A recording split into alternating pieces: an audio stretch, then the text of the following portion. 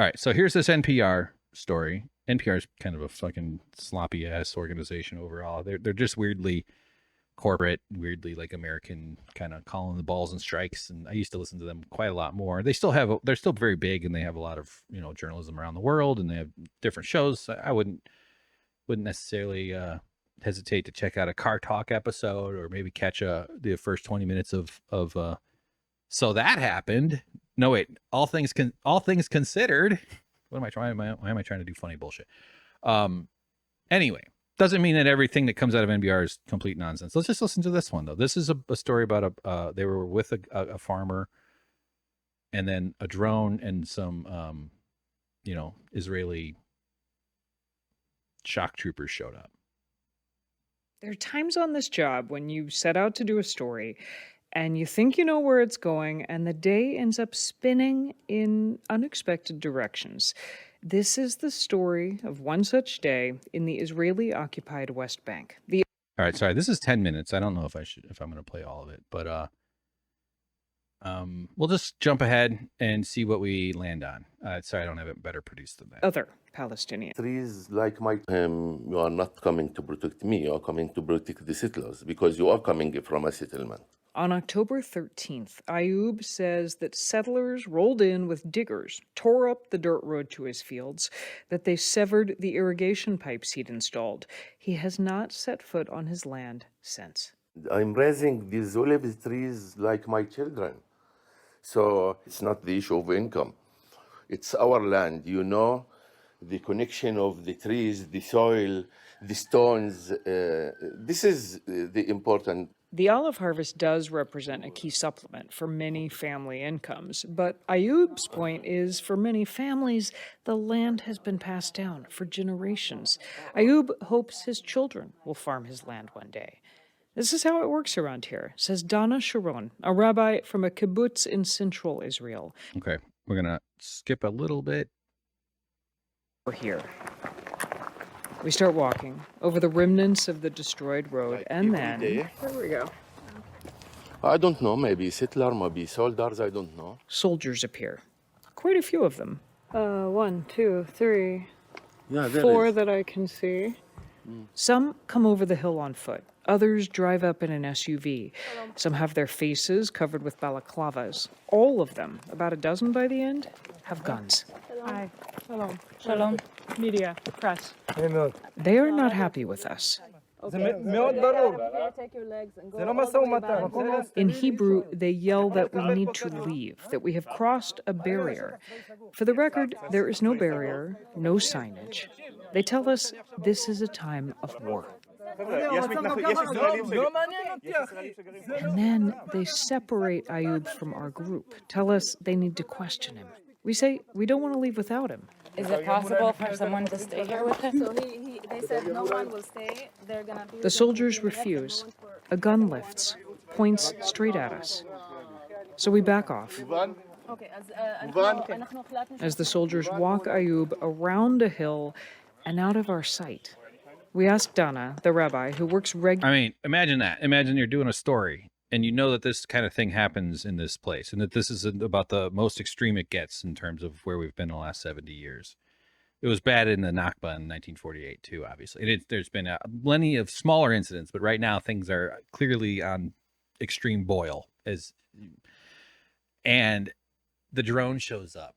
I skipped over that bit, but suddenly there's just a little buzzing fly above you, and it's a fucking, super expensive, I'm sure, somehow American sourced, or, there's a whole infrastructure of amazing technology, of advanced warfare, advanced information capturing and processing that shows up first. So the robot gets there first. The soldiers are juiced into that. And of course, they're probably communicating back with some sort of command station, obviously.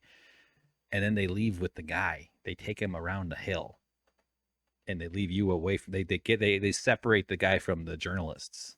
I mean, these journalists' lives are in danger being around these Israeli soldiers. With Palestinian farmers here, how unusual is this situation? We've never seen anything like this before. This is not according to any protocol that we're familiar with or are experienced with. She says she is extremely worried. Her colleague, Danny, gets on the phone, starts making calls in Hebrew, in Arabic, calls to the IDF, the Israel Defense Forces, to the police, to lawyers. We also get on the phone with a media contact we have in the IDF.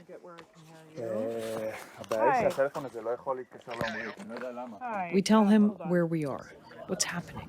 All right. So first of all, I will check right now what happened, see what we can do about it. Then we wait. We don't want to leave Ayub. The soldiers told us they would only question him for a few minutes, but we can't tell if he's still nearby. The soldier's vehicle is gone. So we're now at about 45 minutes since Ayub has been separated from us, taken. I can't see him, but we can see the soldiers, so we don't think they've left or taken him anywhere.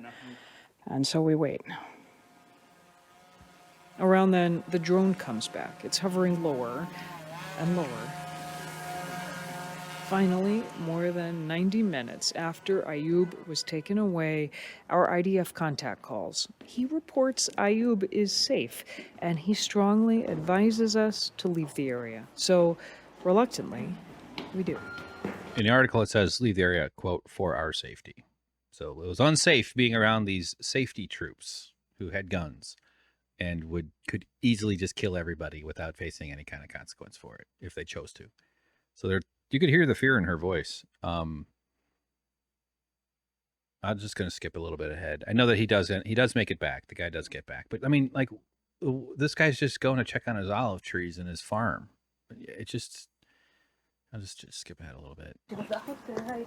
Back at Ayub's house, the family has gathered. Everyone's worried. Everyone is tense. Then, his sister's phone rings.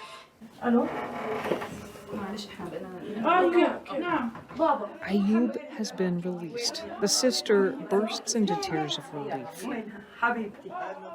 She calls me to her.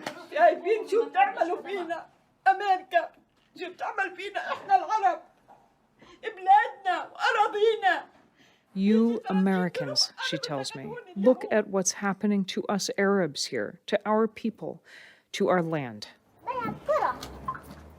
Ayub's son goes to collect him. We all wait outside in plastic chairs, and soon a car pulls up the hill, honking in celebration. Ayub gets out. All right. Big smile. So good. The guy gets out and he makes it back.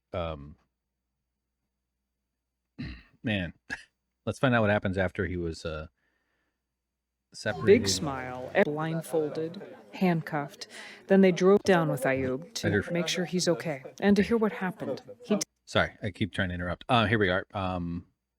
This is just what happened. You already heard it a little bit, but the article is not exactly the same as the speaking. So. After he was led away, he was blindfolded, handcuffed. Then they drove him to a military office in a nearby settlement where he was mocked and questioned. They say it's our land, it's not your land. So you must forget it. But now he's home. Are you okay? I'm okay, alhamdulillah. As we prepare to leave, I ask Ayub, will you go back? Will you try to see your land again? I will go back. Don't worry.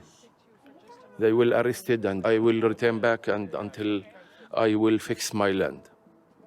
It's our land. NPR producers Kat Lonsdorf and Erica Ryan and local producer Sasan Khalif contributed to the... Okay. They'd pick the appropriate music for that outro. Frightening, man. Terrifying stuff. And this guy got lucky. He made it out. And honestly, I feel like if I can remember to, and I, hopefully I do, we look up Ayub here again in a few months. Ayub Abu Hejla. Sorry, I'm bad at that stuff. If we look into where this guy ends up again, or sorry, if I look this up, I wouldn't be surprised to find out that they came back and killed him at some point. Because that's been happening. That stuff is happening.